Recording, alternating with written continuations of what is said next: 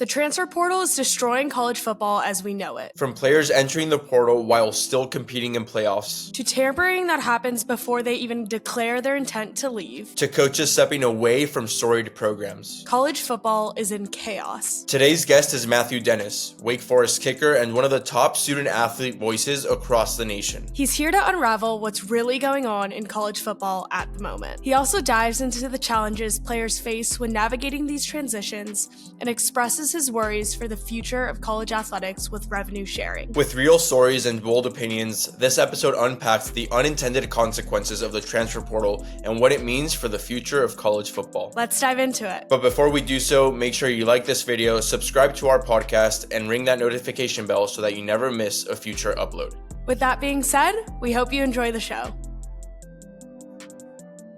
So like I was telling you before we started recording, we have this entire conversation planned out. We're ready to go talking about you. And then the news about your head coach comes out yesterday, Coach Clausen just stepping down. Could you tell me a bit about that? Like, what was your first reaction after so many years, Wake Forest head coach for football stepping down? Gosh, it was hard. I mean, like, I think just the comfort of him as a coach. Well, one, he's such a good guy. Two, he's a great coach. And three, like, he just aims to like have like great personal relationships with his players.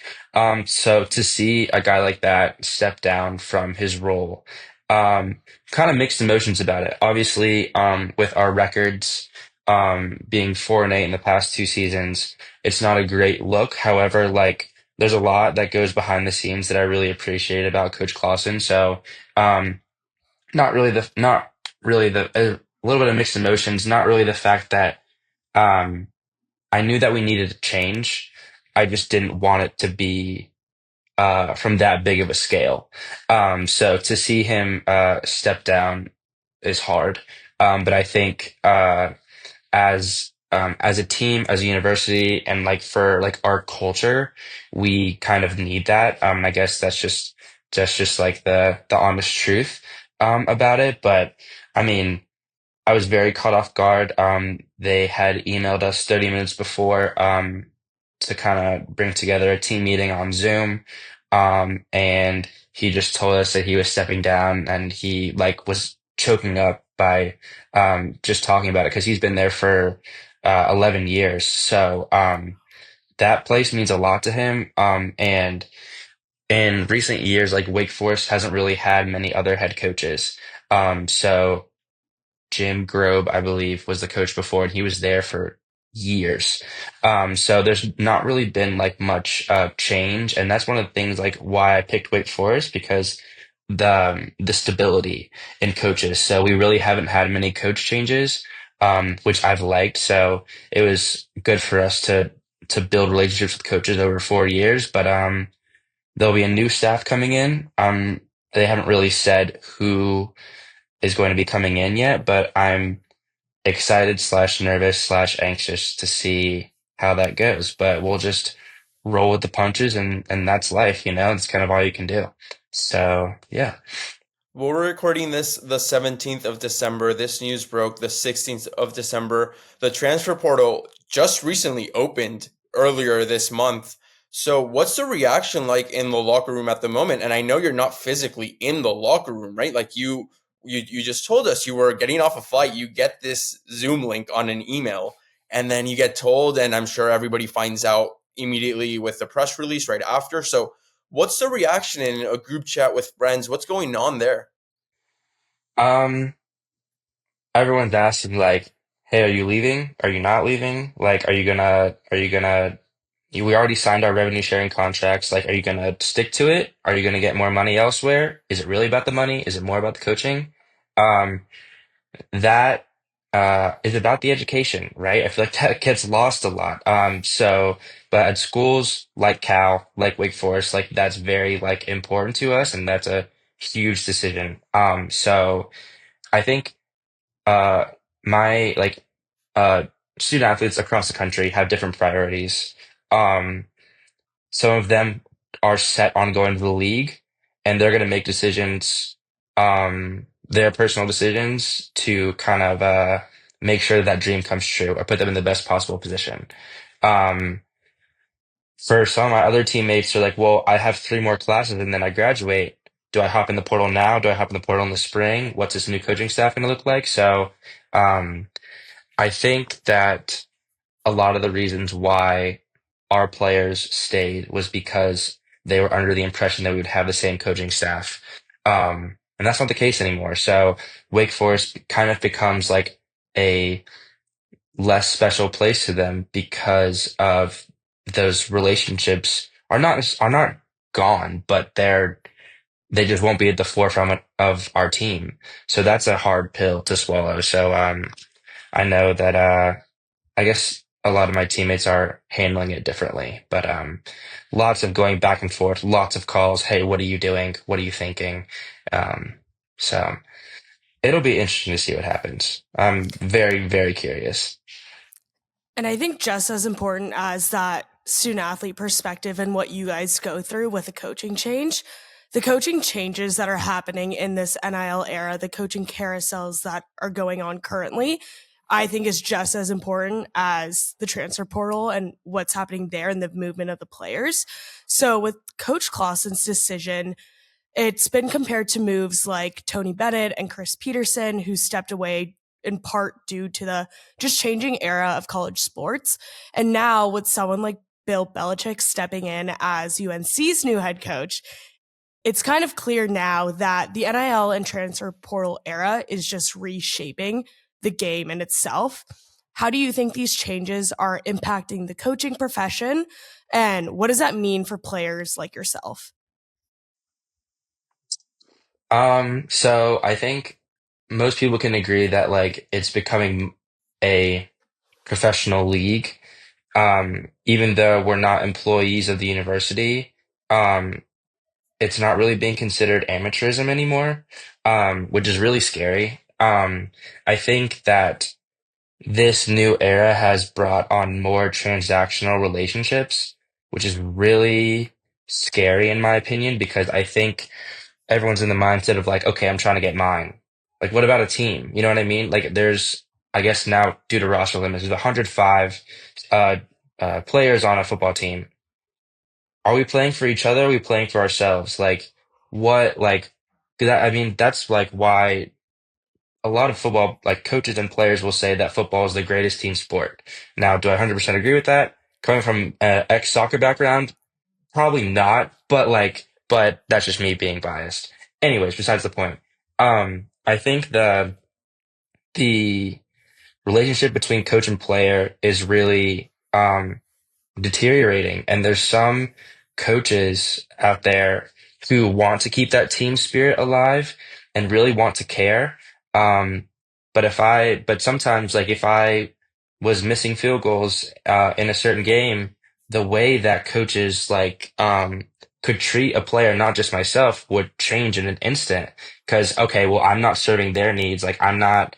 Um, it makes them look bad as well as me. So it's a whole like shift that um that has been really hard on my mental health at times, but luckily there's coaches who have different approaches to that, who are more like um who care not just about the results but your development as a person. So um I really hope that college football can stick to that versus the way that it's going, but unfortunately, I don't know if that's actually sustainable. So I'm sad to see it go down that path, and nervous for the future. And don't get me wrong, paying athletes is great. Um, I wish it didn't change that much about the relationships, but I really think it has. And I think I'm just in denial that the money and the relationships can stay the same and constant as they were in previous years, but I just don't know anymore. I think the perspective you bring being a kicker on a football team in a Power Four conference is one that is really special. And I think like offline, we've had conversations about your experience at Wake Forest. And with these rapid changes in college athletics with NIL, transfer portal, things like that, it is creating these new pressures for both coaches and players. So you touched on it a little bit right there with the mental health and the relationships between coaches and players. But what other kind of characteristics and things like that shape the experience of a student athlete in this new era?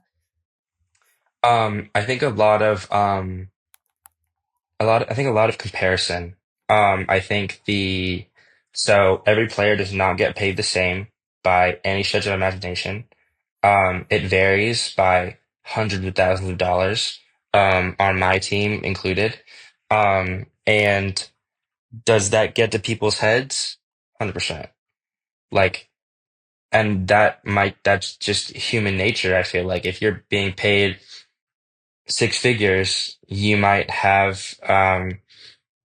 walk with your head held a little bit more like higher than someone who's getting five figures or four figures. Like it's just different. So yeah, I think a lot of comparison. I think that in terms of the fans, they expect more from you now because you're getting paid. Um, I had a I had a I had an okay season this year, and some fans were coming for me, telling me to to donate all my money back to the collective because I wasn't doing a good enough job. And like just the audacity of people is nuts. Because they would never say that to my face, but on Twitter or X, it's free game. So it's I think it creates a new added pressure. Also with people betting, like sports betting's now legal in North Carolina. So if I win somebody's parlay but lose someone else's, it's like yeah, it's nuts. So there's lots of pressures and comparisons. Sorry, my AirPods are just not sticking. But but I might take these out actually. But anyway, it's a lot of added pressures that I really don't like. However, I don't know if there's anything I can do besides delete the app, which is hard because collectors will be like, oh, post on this, post on that. I'm like, okay, I have to keep the app in order to get the money. So it's a little bit of a counterbalance of, um, can't believe I'm saying this, but it's a counterbalance of protecting my mental sanity or earning money, which sounds terrible, but it's kind of the truth. So I'm gonna take these AirPods out. But Yeah, we'll pause it there. We'll cut okay, this cool. part. Yeah. Cool. Thank you. So, with your involvement in football and at Wake Forest and thus the ACC, this is the first year of like the kind of expanded ACC conference. And as the rep to D1 SAAC, how have Wake Forest teams, along with your own team, adjusted to conference realignment? And what challenges arose that weren't anticipated? Um, Honestly, I think for the teams on the East Coast, I think it wasn't a bad thing. I can't say the same thing for Cal and Stanford because, oh my goodness gracious, like I remember Cal came to us and Coach Clausen was like, "Yeah, this is their fourth trip out east." I was like, "That's nuts!" Like that just seems like such a toll on y'all's bodies and mental health and academics and everything. That just is it's just crazy. So, um, from my perspective, it was great. I got to go to play. We played at Stanford in October, I believe, or September, and I mean, it was awesome. We got there. We left on a Thursday. Got there around like probably 3 or 4 o'clock. Did some foam rolling film, and then we did like a little walkthrough on Friday, and then we're ready for the game on Saturday. So um, that was great. The time adjustment wasn't bad at all for us. Um, so from that perspective, it was I didn't have a problem with it. Would if that was two or three more times, yeah, maybe I might have a problem with it. But luckily, this season it wasn't that bad. However, I really want to talk to y'all about what y'all's experience was like or the season's coming up, about what that's going to be like for you guys. And I think that's good information to take back to the ACC, just to be like, yo, we gotta change some things. On my end, it wasn't that bad. I was able to take care of my academics. My teachers and professors knew that I was going to be away. I didn't have class on Friday, so that was a bonus. And overall, the travel arrangements weren't bad at all. And I felt like they did everything they could to take care of us in those moments. So I didn't really run into any problems that I can think of. I definitely want to get Cal and Stanford and SMU's perspective on that, though, because that's something that I'm really interested in, because obviously the majority of the teams are on the East Coast in the ACC. So would love to get their feedback as well. And that's something I will definitely be talking about in January at the ACC in-person meetings. So I think I speak for both Fernando and I when I say, like, as alums now, I think we're a little happy we don't have to do that travel schedule. But the Cal, Stanford student athletes who are listening, give your info to Matt. Tell him your perspective, because it is important. I think it's how these programs and your coaches and everyone is like scheduling your games. And it's like, okay, maybe you stay out on the East Coast and you play 3 of your soccer games or 2 of your soccer games, like men's soccer did this past season. But it's very much so being strategic about that. And I think that's a perfect segue into D1 SAAC and your role there. For context, for people that don't know, D1 SAAC is a student athlete representation group that consists of one student athlete from each Division I conference. So this group consists of 33 student athletes who talk about the student athlete experience, advocate for your own conference's needs, and really just providing perspective to the NCAA administration about what's going on day to day for you as an athlete. And I've talked about the D1 SAAC role a little bit on here, but I represented the Pac-12, Matt represents the ACC. And from your perspective, can you explain what the ACC role looks like in practice? And from the ACC conference perspective, what is the biggest challenges you guys hope to address? So my role, a lot of the time is keeping our ACC SAAC group up to date on anything that we talked about at D1 SAAC. So whether that be the house case or the new NCAA NIL assist platform, or whether it be like a mental health proposal, but also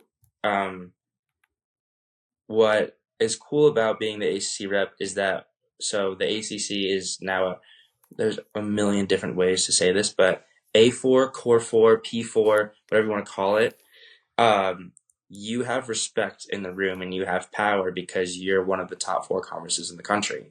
So when I talk about, okay, ACC SAAC has put together a mental health proposal for all 17 member schools of the minimum standards for mental health resources, whether that be amount of sports psychologists, the subscription to the Calm app, access to peer and support groups, things like that. So, like, for example, like Louisville has 17 sports psychologists in total. Wake Forest has 2. Duke had 1. Like, or for example, so we want to make sure that we're standardizing that, like, for minimums across the conference. So it's cool because your voice will be heard. And if, let's say that, let's see the CAA like has money in order for them to make those standards and minimums, they'll be implementing the same thing. So it's a very like collaborative effort, which I really enjoy. Also, it's a lot of legislation. So whether that be like a lot of us were writing letters and being in contact with governors about the house case and like employee status for student athletes. Like the consensus was we don't want to be employees because it includes this, and this. But here's an alternative here. So with the other 32 conferences, we're able to kind of collaborate and come up with something that we can send directly to NCAA President Charlie Baker. And he's in the room for some of the meetings, so we have direct access to the guy who's going to be making changes, which is super important and is such an honor and blessing to be like, to even have him listen to me in a conversation, so anyway. But obviously the NCAA exists because of student athletes. So a lot of like what I emphasize on is making sure that our voice is heard, and that varies and that spans across all 17 member schools, as well as Wake Forest, as well as the NCAA. So one of my main talking points every single time is like, this organization exists because of us. So make sure that you have your student athlete voice heard, or else you're not really going to make any change, or else because the administrators, who aren't even the ones playing on the field, on the court, wherever, right? They're the ones making the decisions for you. So make sure you put your foot down and say what you want to say, because it's going to be heard, especially if that can be said from a core 4, power 4 football player, basketball player, a revenue generating sport, or if you just won a national title at your school, your voice is going to be heard because you have played the most games, you create the most revenue, etc. So D1 SAAC has been a great opportunity for me to kind of be able to put my foot down, to make change in the ACC, to make change at Wake, and to make change nationally. So it's just been it's been awesome, and in constant communication with my athletic director, our FAR, our SWA, as well as the ACC commissioner, Jim Phillips, and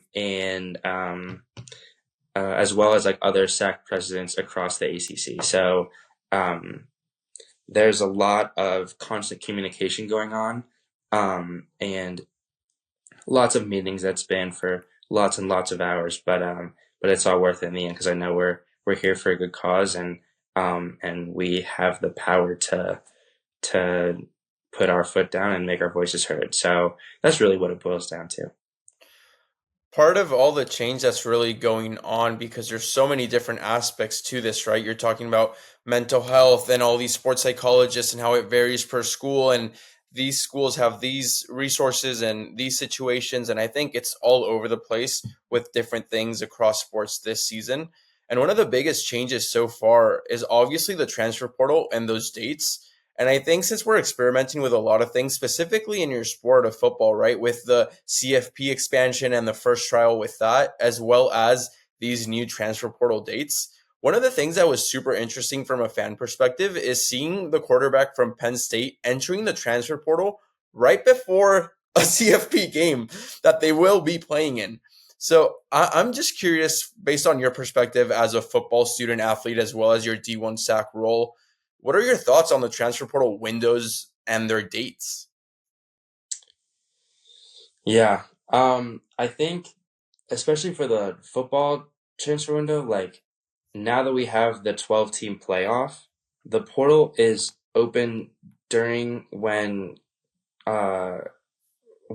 teams are still playing, and it's different if you have a bowl game. You're not I guess the 4 teams that would compete for national championships each year prior to this year, that was okay. They might not be jumping in the portal unless they're a third string guy not playing, whatever. But if you're a contributor and you're a starter, I don't understand why guys are hopping in the portal, because I feel like that shows a lack of commitment to the school.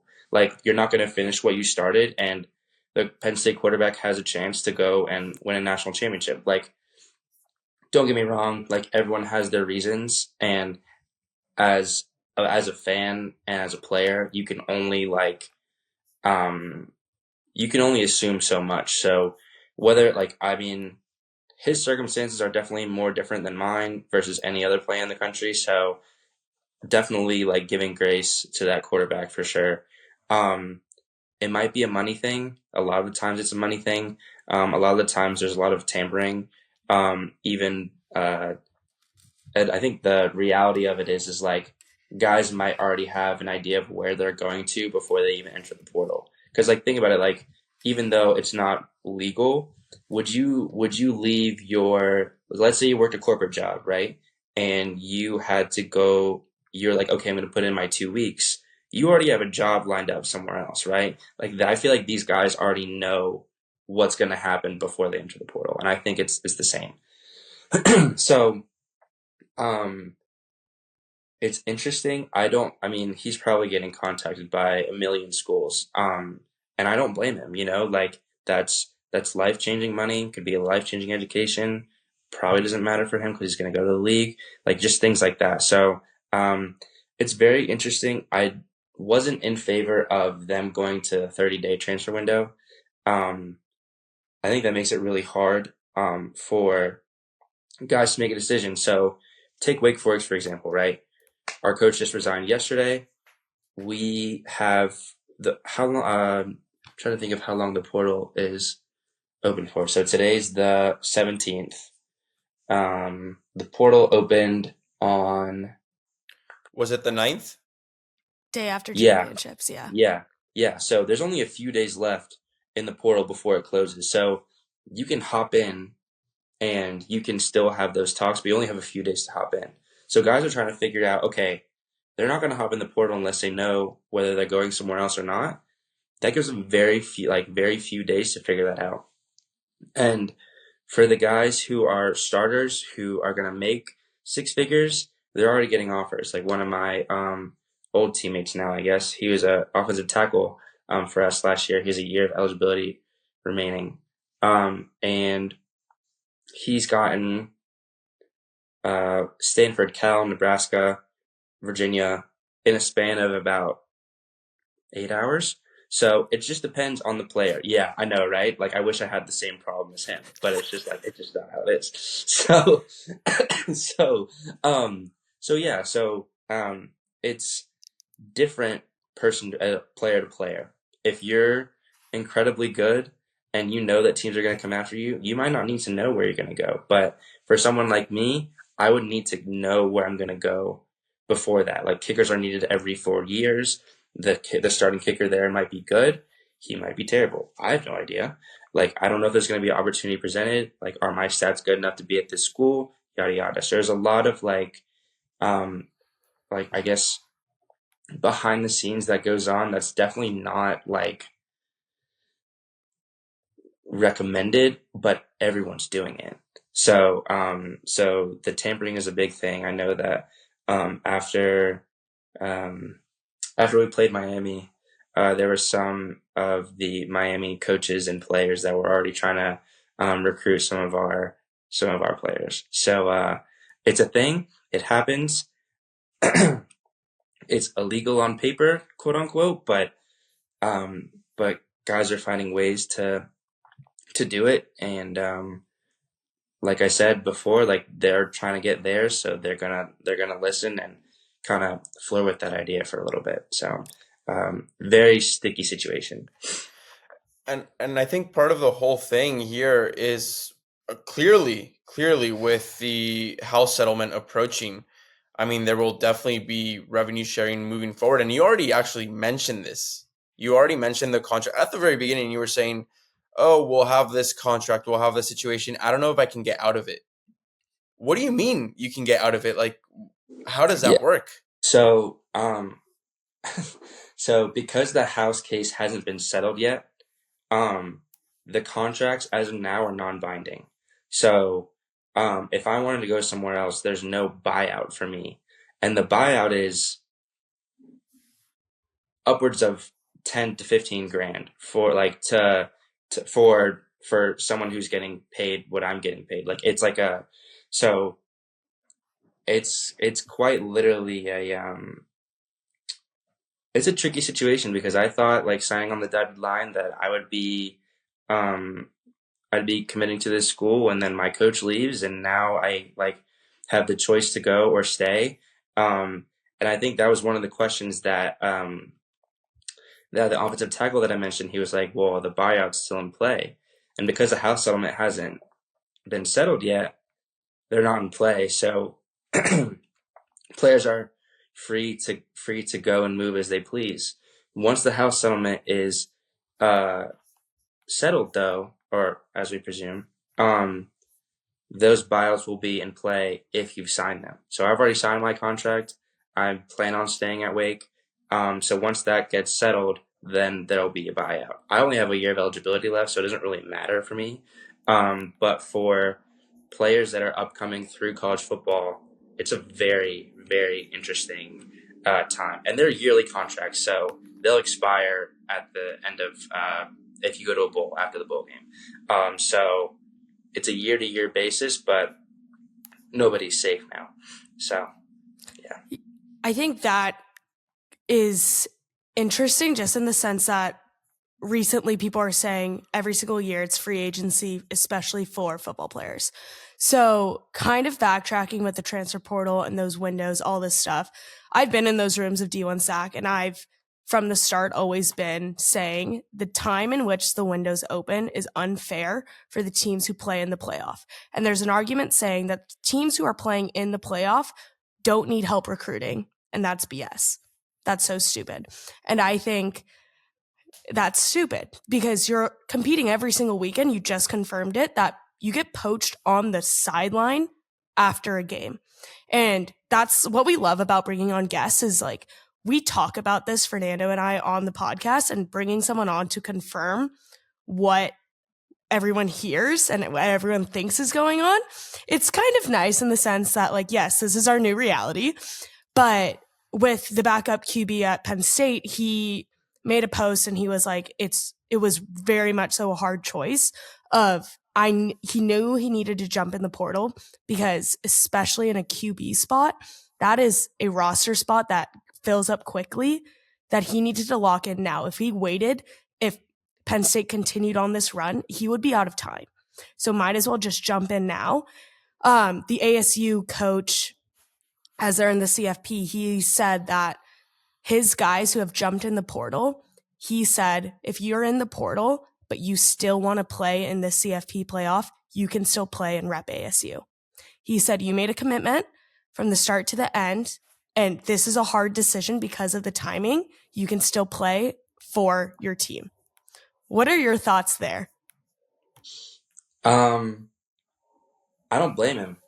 I think a lot of the guys that are hopping in the portal, he'll need to win games. So it's kind of a blessing in disguise that he's allowing players to do that. However, I think that's kind of where the trust falls, though, because they're already expressing their interest in other schools and wanting to leave. But you're in the college football playoff, so like they want to play in that. I think that's a very admirable thing that he said to his players. They played for him all season, and now that the portal is open, they might find opportunities elsewhere, but he needs those guys. So there's a chance that they can go win this thing. Then I personally think he's doing the right thing. I mean, I don't know many other coaches that would say the same thing. I'd like to get Coach Clausen's perspective on that, to be honest, and see what he would say. Because I know that we had a couple of players who were in the portal who end up still playing in bowl games, which was pretty cool just to be like, okay, like this is your last go around with it. We have one final game. We need you. Come play and give us your all. I don't think all coaches are like that, though. I think if you back out of a commitment, then they're like, okay, well, then we're backing out of our commitment to you. So it's a very, I respect it. And that takes a true, like a guy with high character to be able to kind of, be real about those things, and let his players play. So kudos to him. And with this revenue share talk and those conversations and the contract that you just signed, from a fan perspective, the positions that are usually talked about are the QBs, the wide receivers, the tight ends, but also from a Cal fan perspective, kickers are arguably a make or break position. And As a kicker, what are your thoughts on how a kicker should be compensated in relationship to a QB or wide receiver? It's a great question. So I know that a lot of the talks that were going on about the revenue sharing process at Wake was like the NFL percentages. So I guess like so the quarterback is making X percentage, which is obviously bigger than the kicker, right? Then it would go like wide receiver, left tackle, running back, yada yada yada. So I think they tried to stick to those standards just to make it as professional as possible. Um, from what I understand, some of the best kickers and punters like in the country are receiving around anywhere from like $65,000 to $95,000. Yeah, I know. I see the little smirk. It's kind of nuts, right? Um, but so that's just the reality of it. But like, it's all revenue sharing. So football made 71% of Wake Forest sports revenue last year. So 71% of the revenue that they made was allocated towards football players. So that's like, and then it's up to the head coach. It's up to the director of compliance. It's up to if they have like a director of NIL. It's up to general managers to come up with a figure of how they want to allocate those numbers to each player. So that's what from rumors around the specialist world, we call it. That's what they're making. They're kind of expecting. If you're not, you're looking at the low five figures, which is still like people are like, oh, well, you're only getting that. I'm like, dude, that's life-changing money. I just maxed out my Roth IRA because I was able to get some NIL money. You know what I mean? So, like, it's still life-changing money, and we're still in college. Like, people don't understand, like, even if you're getting a few $1,000s, like that's so much more than what college kids are making like nowadays while they're still in college. So I'm gonna get my master's paid for. You're gonna give me some revenue sharing or some NIL money to go invest and start my career, and what more could I ask for, you know? So a lot of players are being greedy with it, and they kind of should be. Like, $12 million is a lot of money. Like, that's 71%. Like, if you had broken that up evenly amongst like 105 student athletes, that's like, I'm so bad at math, but I think that's six figures. Like, that's around $100,000. So please check my math on that, because I really don't want to sound stupid, but I think someone did it in the locker room. Like, they were doing the math and they're like, yeah, it's around that. I'm like, all right, cool. So we can just, so don't quote me on that. It should be 114,285 each. Let's go. Okay, good. Thank God, because I really didn't want to sound stupid in that. They're like, I didn't want someone to be like, Matthew, that math ain't mathing. But it did, thank God. So yeah, that's not the case. So the quarterback might get $1 million, and that's already whatever percentage of that you've given to your quarterback, and then you divvy up the rest, and the left tackle is going to get $700,000. You know what I mean? So when you compare the numbers like that, and this is why comparison is like the thief of joy. Like, when you're like, oh, well, this guy's getting $300,000, I'm getting this. That just seems like chump change. But like, everything in their own perspective, you know? And I understand the position that I'm in as a kicker. Like, it's just not going to get compensated as much. That's just how it is. Am I going to like change that standard? No, I'm not going to. Like, that's the rules are set in place. People have opinions. People still don't really value kickers that much. That's okay. Like, I don't know what else you want me to do with that. I'm just trying to put it through the uprights and win games. So Yeah, I mean, just with that perspective, to do the math there, with two players getting 1.7, if we're going to assume that, right, that's 14% of the revenue going to 1% of the players, 1.9% of the players. So let's call it 2% of the team gets 14%. of it all. And it's like, it's the reality, right? Like, that's how any business works. If you look at it, there's no world in which the CEO is going to get the same amount of money as the junior analyst, right? Like, that's the reality of how this world works. But the truth of the matter is, it gets pretty weird in college football specifically, because it's all about the passion for the university. You're an alumni and you're just so passionate about going back and watching a home game and competing for the badge, competing for the school, all these things. But when you start to see, oh, this guy's making 10, 15, 20 times what I'm making, and we're on the same team and we're competing for the same goal, like, is that really the truth? And then there's the issues, right? Like, there's different problems depending on how much you're making, which is, well, first off, it could be this guy's making more than me. But then for the guys making 6, 7 figures, it's like, am I being compensated the right way for some of the biggest names out there, right? Because they could be getting screwed over. We saw that plenty of times. I mean, the UNLV quarterback just at the beginning of the season, right? So many different things. And I think there is where you start to get this idea of a players association to like try and find out like what's the right approach for all the players in whatever the association would be. And recently in the headlines, I mean, it was 3 of the lead plaintiffs of the settlement, of the house settlement, coming out to state that they're endorsing athletes.org as their players association of choice. I'm curious, like, what are your thoughts on this? Do you think college athletes actually need representation? Like, is this where we're headed with college football? Could you restate your question just so I can better like answer what you're trying to say? For sure, yeah. We're just curious on what are your whole thoughts on this idea of a players association. We've had Jim Cavalli on. He's the head of athletes.org. He explained it as this great resource for all student athletes to be rightfully represented. But for someone in your shoes, do you believe you need representation? Do you believe that there is a need in college football for a players association? Yeah, why not? I think so. The NFL has the NFLPA. That has been a great program for professional football players. And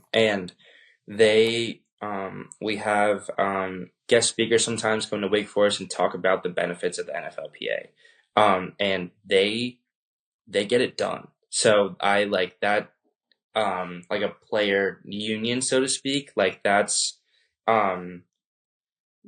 another way to build community, to build connections, to kind of come together with lots of similar ideas and lots of similar experiences and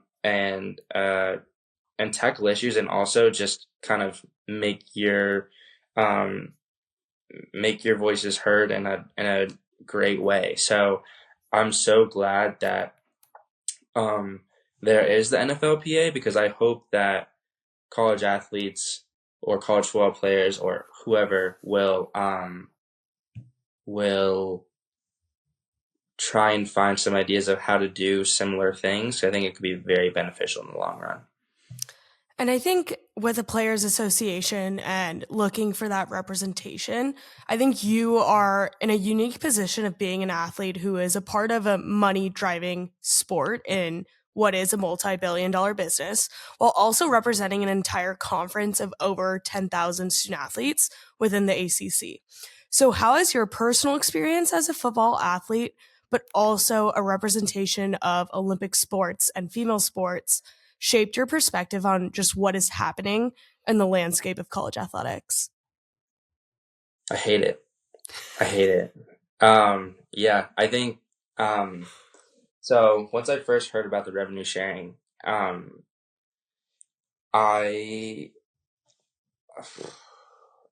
don't like it because it's not fair. Like, I understand that football and basketball are making the most money, but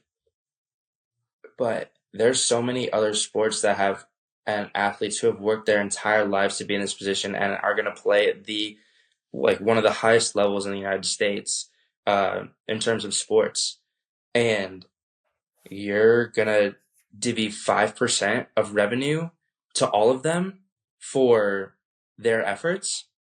Well, meanwhile, like I started playing. I mean, I started playing football in 2018. Like, I was an ex-soccer player. I played a high school football season.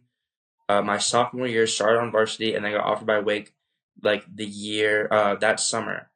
I do not like deserve that, you know? Like, there's so many people who have worked their butts off for like their whole lives to be in this position, and to be part of something bigger. And the fact that all this money is coming into it, like, I want them to be compensated for their efforts so badly.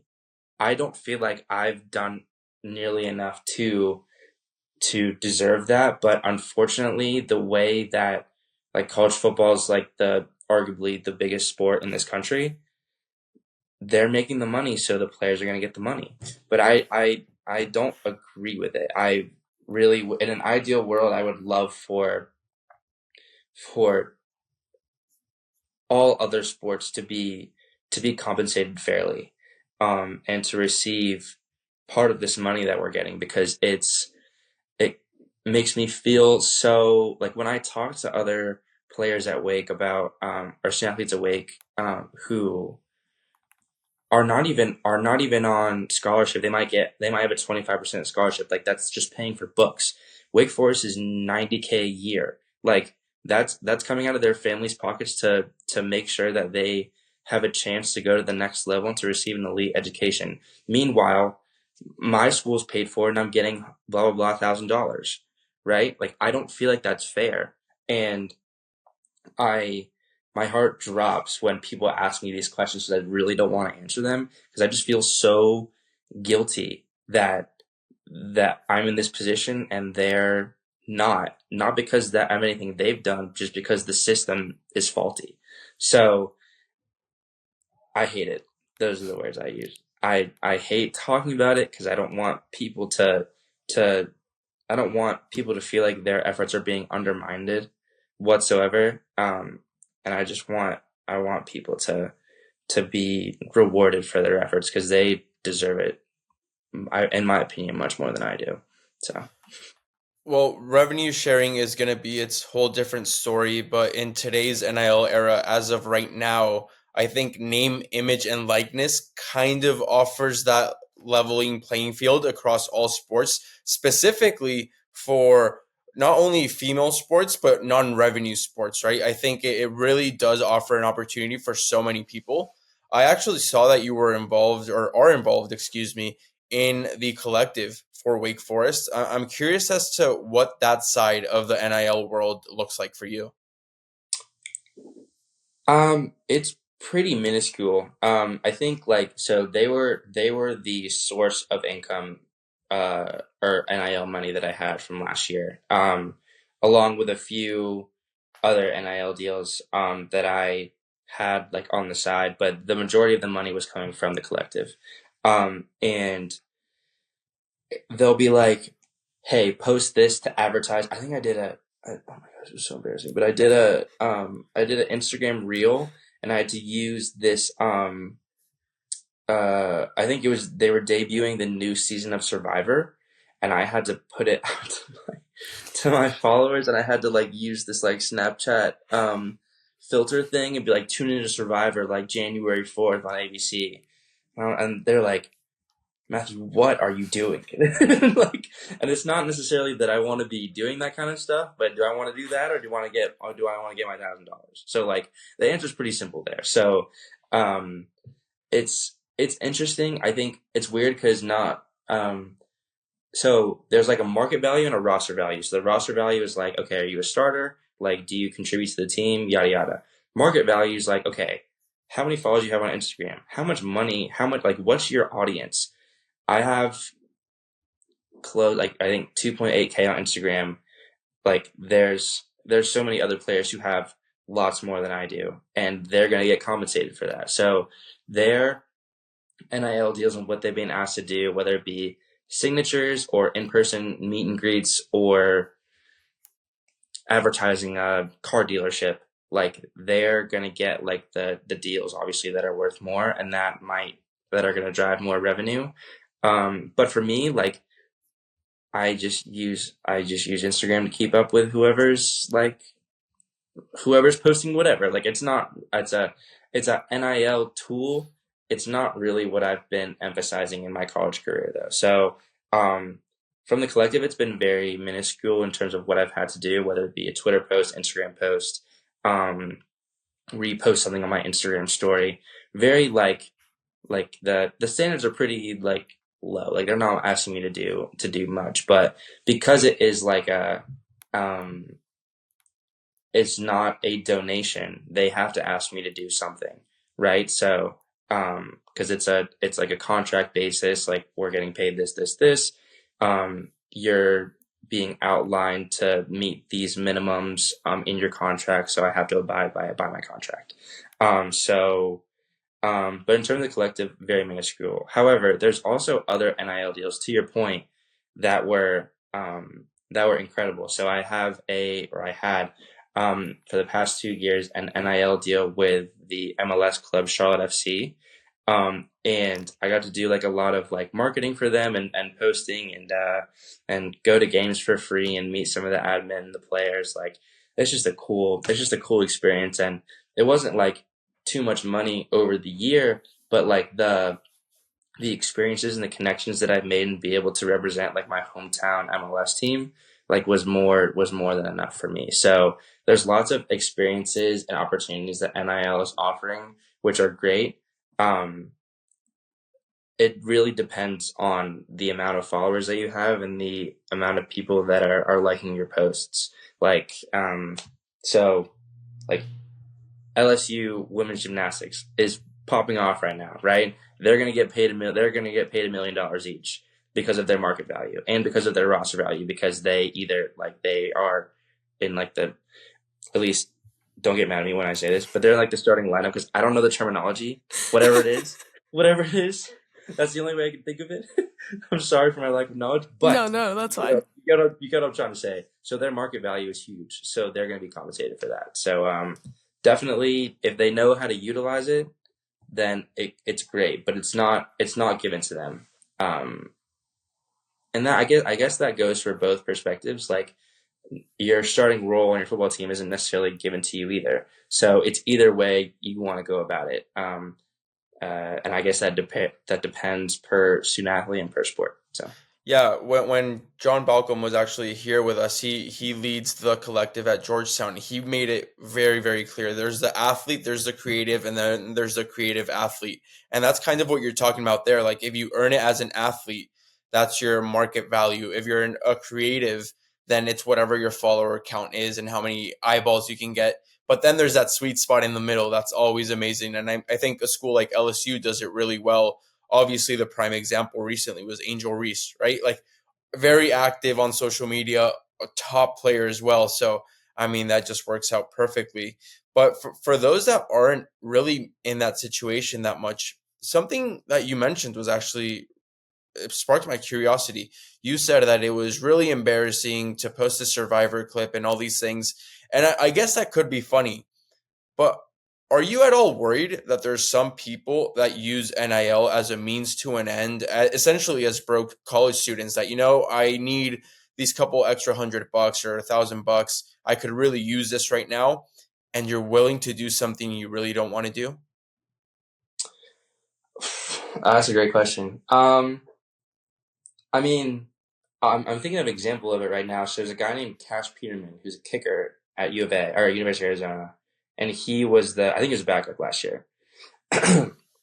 He makes like Instagram reels every day. Probably has 6 figures on Instagram. Like, but I looked at the comments of this post, but he did an NIL deal for Trojan condoms, and I was like, okay, like I guess like and everyone was like, get your bag, I guess, so like it's interesting. Like, are you willing to do that for however many $1,000? Like, I think the answer is yes, but some people it's no. So like, if you think my Survivor thing is embarrassing, like what was going through his mind when Trojan condoms put a contract in front of him and go, hey, we're going to give you this much. You just got to advertise it on your page.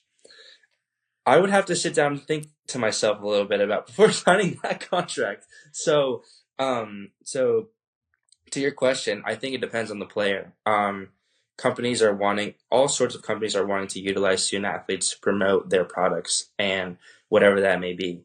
I remember I even had to post a so our collective is called Roll the Quad, and they made like their own IPA like beer product, and I had to repost that like on my Instagram story and be like, hey, you can get this at Lowe's Foods. And so many people slid up. They're like, are you allowed to do this? I'm like, the collective told me to do it, so I kind of have to abide by it.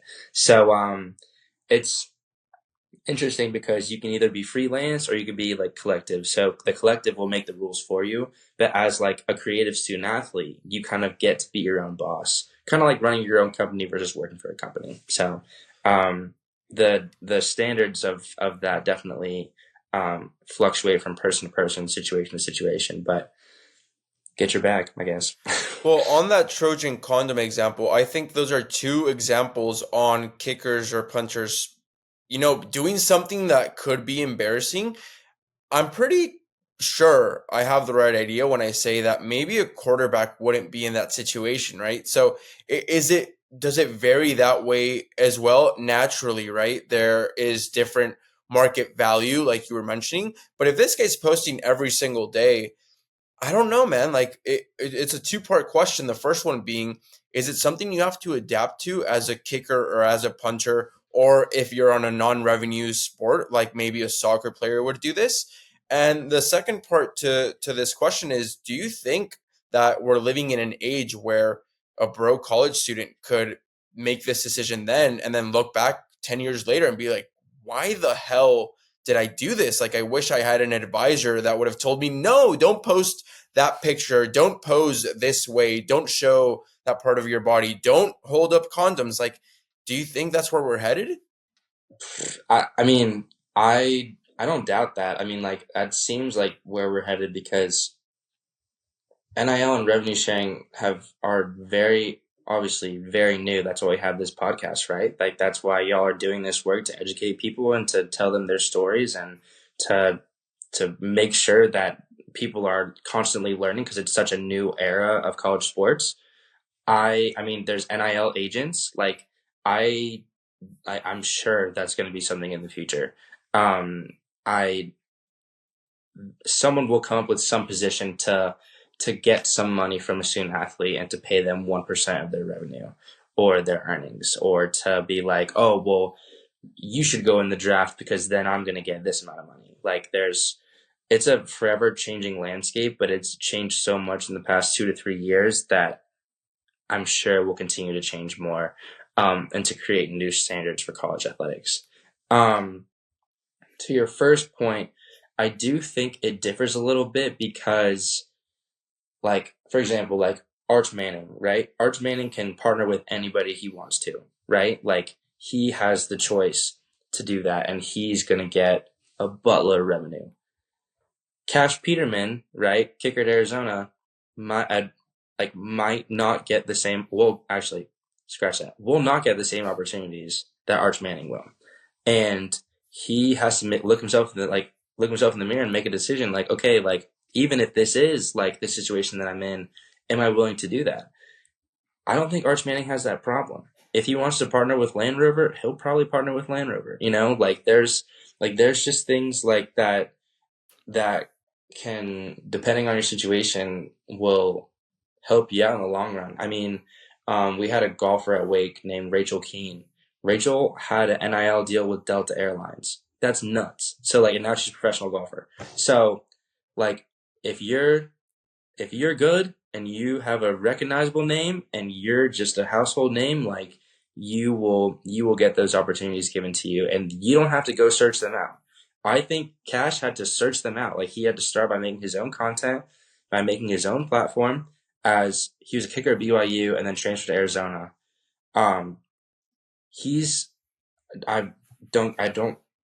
quote me on this. I'm not sure if he's the starting kicker or not, but I don't think he's like, obviously kickers aren't really household names anyway, so we can just kind of set that record straight. But it's true, Elise. It's just how it is. But he has to make those decisions for himself, and he has to, and it's funny now that I think about it this way, Trojan might go after him because they know that he'll need the money, or that he'll accept the money, who might have a slightly smaller platform but will still get to 388,000 followers, right? So versus Arch Manning would be like, I'm absolutely not doing that, sorry. So that's a very strategic thing from not only the player side but also the company side. Yeah, I think that's really important to also distinguish is, like you said, the roster versus market value. And I think that is position and player by player. Last question, and kind of just to wrap it up here, with NIL comes these new conversations and narratives of the decision to stay in the NCAA or declare for the draft early or graduate, move on in your professional career. And right now it's rumored that the Clemson QB is going to stay in college football because of the NIL packages on the table that are in the millions. The starting QB at Penn State also announcing he will most likely stay at Penn State another year. So with that context, you have also decided to take a 5th year at Wake. So what prompted you to stay another year at Wake Forest, and what can we expect for you in your last year in college athletics? Oof. So, gosh, there's a few things. So the first thing was, so I don't know if this is going to happen now, but one of the main reasons I stayed was because of my coaches. And the relationships I had with them were tremendous. Relationships is such a huge thing for me, just because I like to get to know people. I like to understand their story, and I like them to have my back, and I also like to have theirs. So if we have that mutual understanding, we're good. If it's not like that, it's not great. The mental health goes down, just the understanding of the coach and player relationship just kind of deteriorates. So that was my main reason for staying. But the second part was they were offering to pay for my master's in public administration. That's invaluable. Getting a master's for free, I couldn't even imagine that. I didn't even think I would get my college paid for, but here we are. So that was the second thing. Third thing was my role with D1 SAAC, with Wake Forest SAAC and ACC SAAC.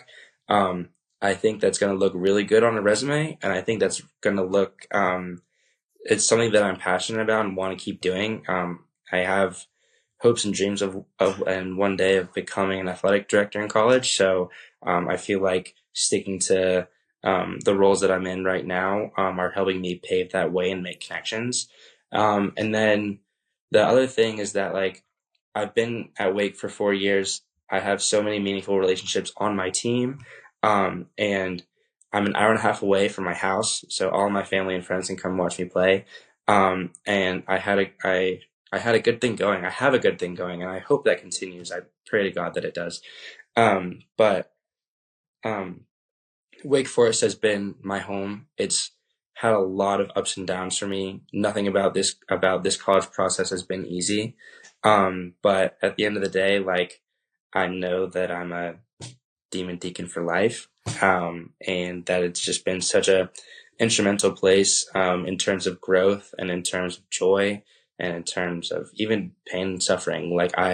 It's been a whole college experience at Wake Forest. So, but I mean, it's just been a great place to play, and I love the roles that I'm in and the friendships that I've made, and I just feel like I couldn't really say no. And I knew that going somewhere else, I would have to start those coach and player relationships over again. I would lose my friendships, not necessarily lose, but they wouldn't be there for in the same place as me. I wouldn't have my SAAC roles anymore, and I would be in a foreign place. So I knew that those were all going to be tough decisions. Would they be good ones? I don't know.